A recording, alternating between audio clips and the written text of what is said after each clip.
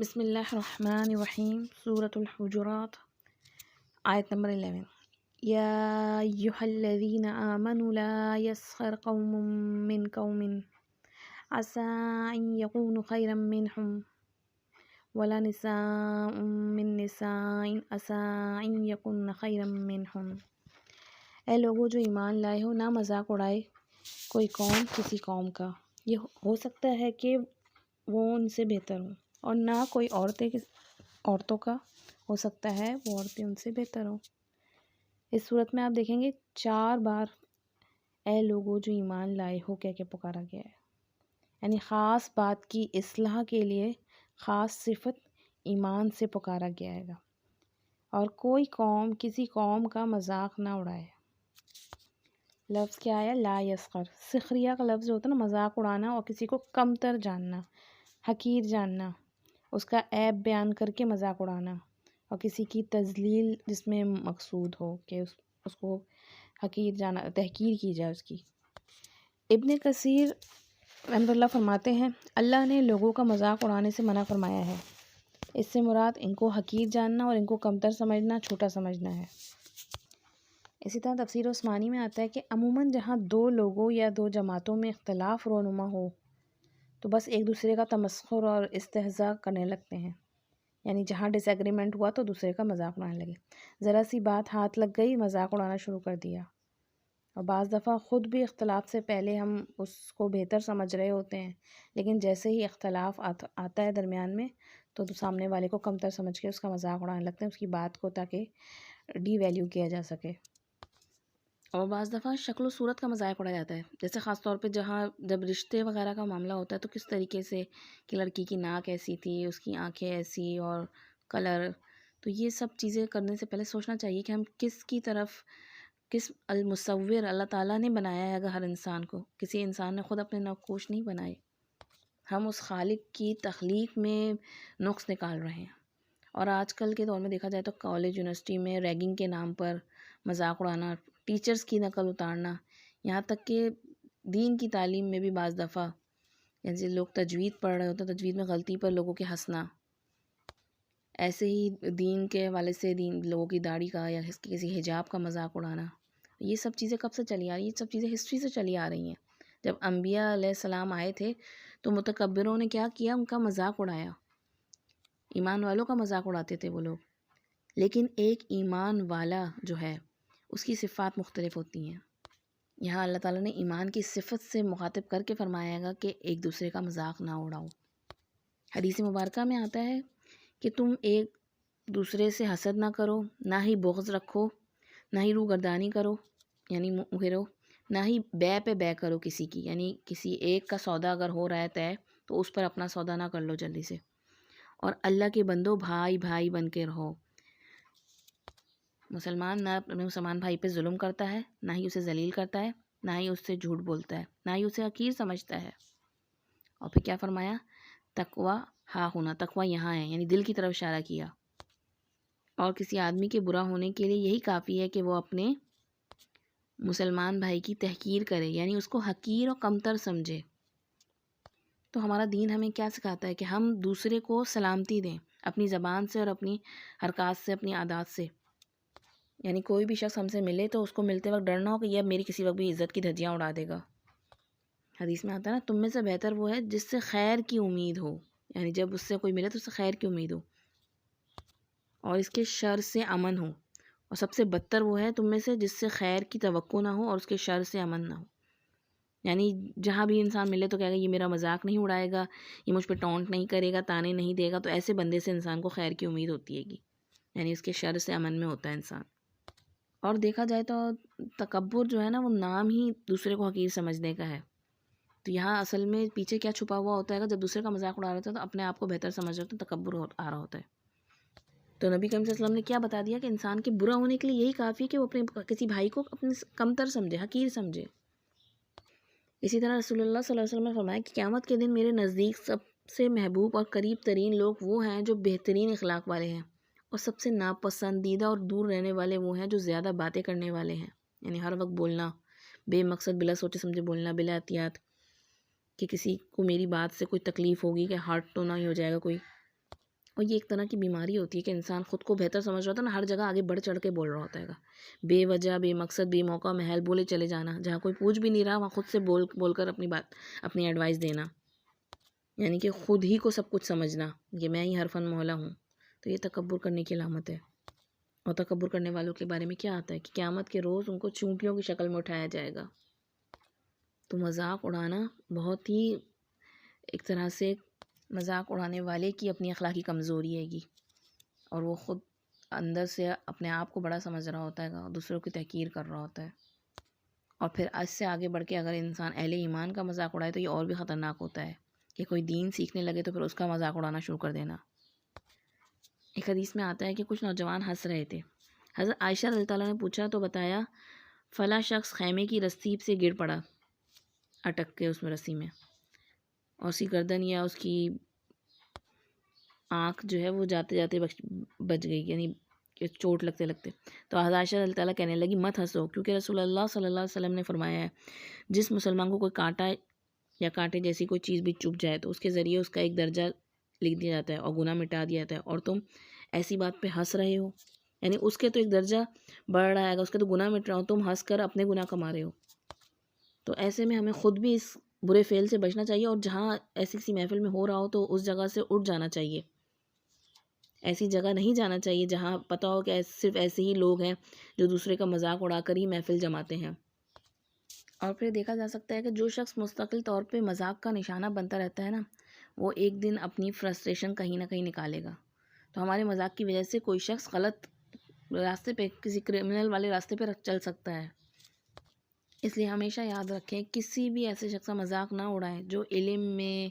یا مال میں یا اخلاق میں یا باڈی وائز ہم سے کسی درجے کم ہو سکتا ہے اللہ نے اس کو ایسی کوئی فضیلت دی ہو جو ہم کو نظر نہ آتی ہو،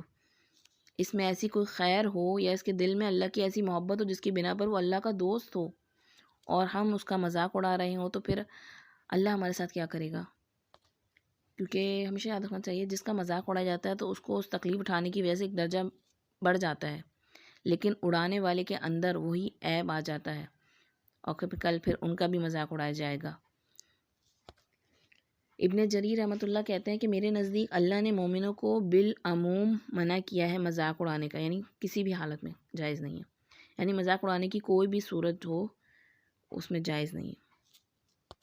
خواہ وہ شخص کسی گناہ میں کیوں نہ گرفتار ہو تو اس کے گناہ کو یاد دے کے آواز کس کے بھی اس کا مذاق نہیں اڑانا.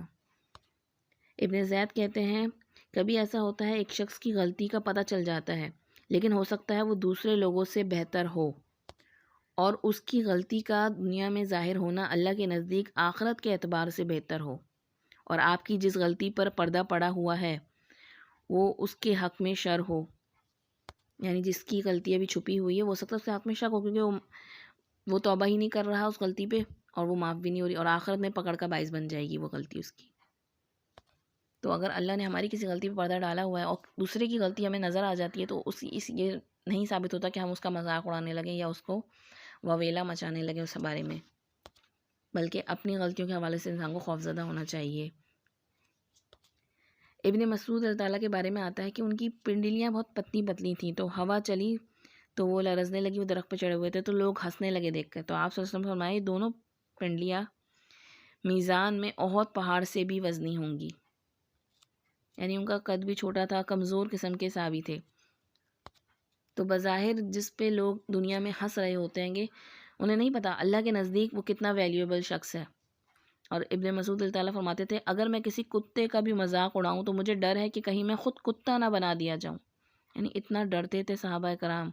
کہ کسی کی غلطی پہ نہ ہنسیں، کسی کا مذاق نہ اڑائیں. اور آج ہماری قوم کا ایک ایٹیٹیوڈ، ایک مزاج بن گیا مذاق اڑانا ہر بات کا، اور یہاں پر خاص طور پہ عورتوں کا ذکر الگ کیا گیا گا کہ ولا نساء من نساء، کہ کوئی عورتیں کسی عورتوں کا مذاق نہ اڑائیں. اٹ ڈز ناٹ مین کہ عورتیں مردوں کا مذاق اڑا سکتی ہیں یا مرد عورتوں کا مذاق اڑا سکتے ہیں، بلکہ وہ تو بدرجہ اولا منع ہوگا. تو یہاں قومن اور نساؤن دیکھیں دونوں جو لفظ آ رہے ہیں وہ دونوں نکرہ ہیں، کوئی بھی مرد اور کوئی بھی عورت، یعنی کسی کو بھی رخصت نہیں دی گئی. بعض وقت ہم کسی ایسے عہدے پر ہوتے ہیں، کسی ایسی اس پہ ہوتے ہیں تو ہم اپنے لیے اس کو فار گرانٹیڈ لے لیتے ہیں، جیسے ماں ہے یا باپ ہے یا استاد ہے کہ اب وہ سمجھتے ہیں کہ اب بچوں کا مذاق اڑانا ان کا حق بن گیا ہے گا، اور سم ٹائم مذاق اڑا کے پھر کیا کہہ دیتے ہیں، جسٹ جوکنگ، جسٹ کڈنگ۔ تو یہاں بتایا جا رہا ہے جوکنگ کی اجازت کسی کو بھی نہیں دی گئی، کسی کو ذلیل کرنے کی اجازت نہیں دی گئی۔ اور اکثر خوشیوں کے موقع پہ یہ زیادہ کیا جاتا ہے کہ دوسری شخصیات کا، پرسنالٹیز کا مذاق اڑایا جاتا ہے، ان کو ڈسکس کیا جاتا ہے۔ جیسے کالج یونیورسٹیز میں پارٹیز وغیرہ ہوتی ہیں تو ایسے موقعوں پہ دوسروں کی کاپی کر کے نقل اتاری جاتی ہیں۔ تو اصل میں مذاق اڑانے کے پیچھے ریزن کیا ہوتا ہے کہ دوسروں کو ہنسانا۔ قرطبی رحمۃ اللہ کہتے ہیں کسی شخص کی تحقیر و توہین کے لیے کسی عیب کو اس طرح سے ذکر کرنا جس سے لوگ ہنسنے لگیں تو اس کو سخریہ کہا جاتا ہے، جس سے زبان سے بھی کیا جاتا ہے اور اسے ہاتھ پاؤں سے بھی ہوتا ہے، اور اس کا اصل مقصد کیا ہوتا ہے، لوگوں کو ہنسانا اور دوسروں کو ذلیل کرنا۔ اور یہاں پہ جو لفظ عورتوں سے پہلے قوم کا لایا ہے نا، اس سے مراد اصل میں مرد ہیں، کیونکہ وہی عورتوں کے معاملات کے ملتزم ہوتے ہیں۔ قرآن کریم میں آتا ہے نا، الرجال قوامون علی النساء، خاص طور پہ مردوں کے لیے قوم کا لفظ آیا ہے اور سامنے عورتوں کا لفظ آیا ہے۔ تو اگر خالی قوم کا لفظ استعمال ہو تو اس میں مرد اور عورتیں سب شامل ہوتے ہیں، لیکن سامنے اگر عورتوں کا لفظ آ رہا ہے تو قوم سے مراد مرد ہیں۔ یعنی ایک قوم دوسری قوم کا مذاق نہ اڑائے، جیسے کچھ گروپ آف پیپلز ہوتے ہیں کہ ان کا مذاق نہ اڑائے، یعنی قومی سطح پر، کیونکہ اللہ تعالیٰ نے مختلف طبقات بنائے ہیں دنیا میں۔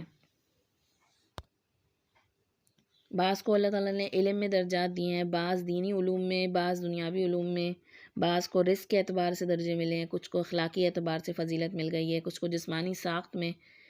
تو صحیح سلامت فٹ ہوتے ہیں گے، بعض کمزور ہوتے ہیں گے، کسی کا دماغ کمزور ہوتا ہے، کچھ معذور ہوتے ہیں۔ تو پھر ایسے لوگوں کو بلی کرنے کا حق کسی نے نہیں دیا، کیونکہ تمام کے تمام آدم علیہ السلام کی اولاد ہیں۔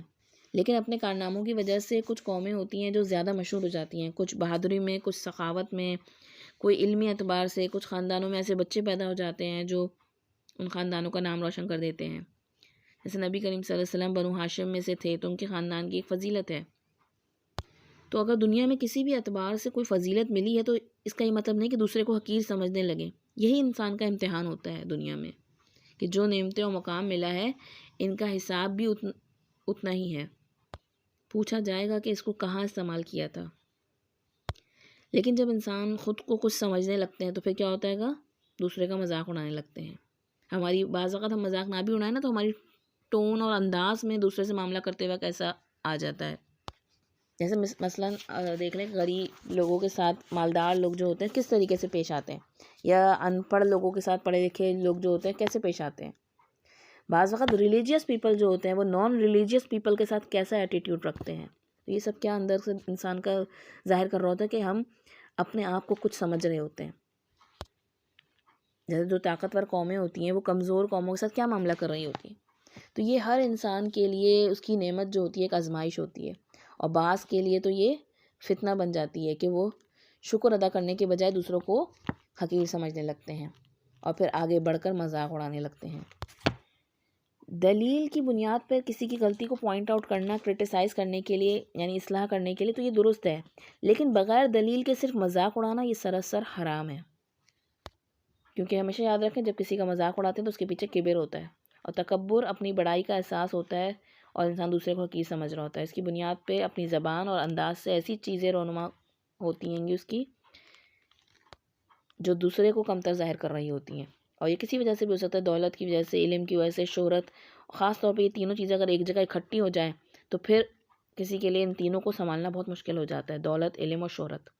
تو یہ انسانوں کے لیے بہت بڑا امتحان ہے کہ نعمت مل جائے تو دوسروں کے ساتھ پھر وہ کیسے معاملہ کرتا ہے، یہاں تک کہ دل میں بھی کہیں کسی کے لیے حقارت نہیں آئے، کیونکہ پھر ہم زبان سے کچھ نہ بھی کہیں لیکن ذکر آنے پہ ہمارا انداز سے سب کچھ عیاں ہو جاتا ہے۔ کیا کہا جا رہا ہے، لا یسخر قوم من قوم، کوئی قوم کسی قوم کا مذاق نہ اڑائے۔ ہمارے یہاں باقاعدہ قوموں کے حوالے سے، ایسے پٹھانوں کے اور چائنیز کے لیے اور سکھ لوگوں کے لیے حوالے سے جوکس بنائے جاتے ہیں، افریقنس کا اور دوسری قوموں کا بعض وقت انداز، بولنے کا انداز اختیار کر کے اور پھر مذاق اڑایا جاتا ہے۔ اور بعض لوگ تو ایسی کسی قوم کا ذکر کر کے مذاق بعد میں اڑاتے، پہلے ہنسنا شروع ہو جاتے ہیں گے، تو یہ تو بہت بڑی بد اخلاقی ہوتی ہے۔ ہمیں تو کیا سکھایا جا رہا ہے کہ کسی کے اندر واقعی میں حقیقی معنوں میں بھی غلطی ہو اس کی، کمی ہو تب بھی اس کے اوپر ہنسنا نہیں چاہیے،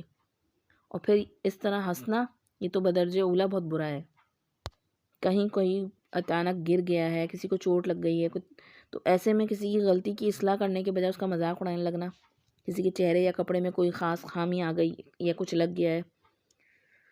اور بعض صرف محفل میں رنگ بھرنے کے لیے، دوسروں کو خوش کرنے کے لیے ایسے کام کر رہے ہوتے ہیں۔ ہمارے یہاں کامیڈی شو کے نام پہ ہماری نسلوں کو کیا سکھایا جا رہا ہے، ہمیں سوچنا چاہیے۔ بڑی بڑی شخصیات کے انداز میں نقلیں اتار کر ہنسنا، اور اس کو پھر کیا سمجھتے ہیں؟ ٹیلنٹ سمجھتے ہیں۔ یہاں کتنے خطرناک اس آیت کے آخر میں بتایا جا رہا ہے کہ وَمَن لَّمْ يَتُبْ فَأُولَٰئِکَ هُمُ الظَّالِمُونَ، اور جو کوئی ان سے توبہ نہیں کرے گا تو وہ لوگ ظالم شمار ہوں گے۔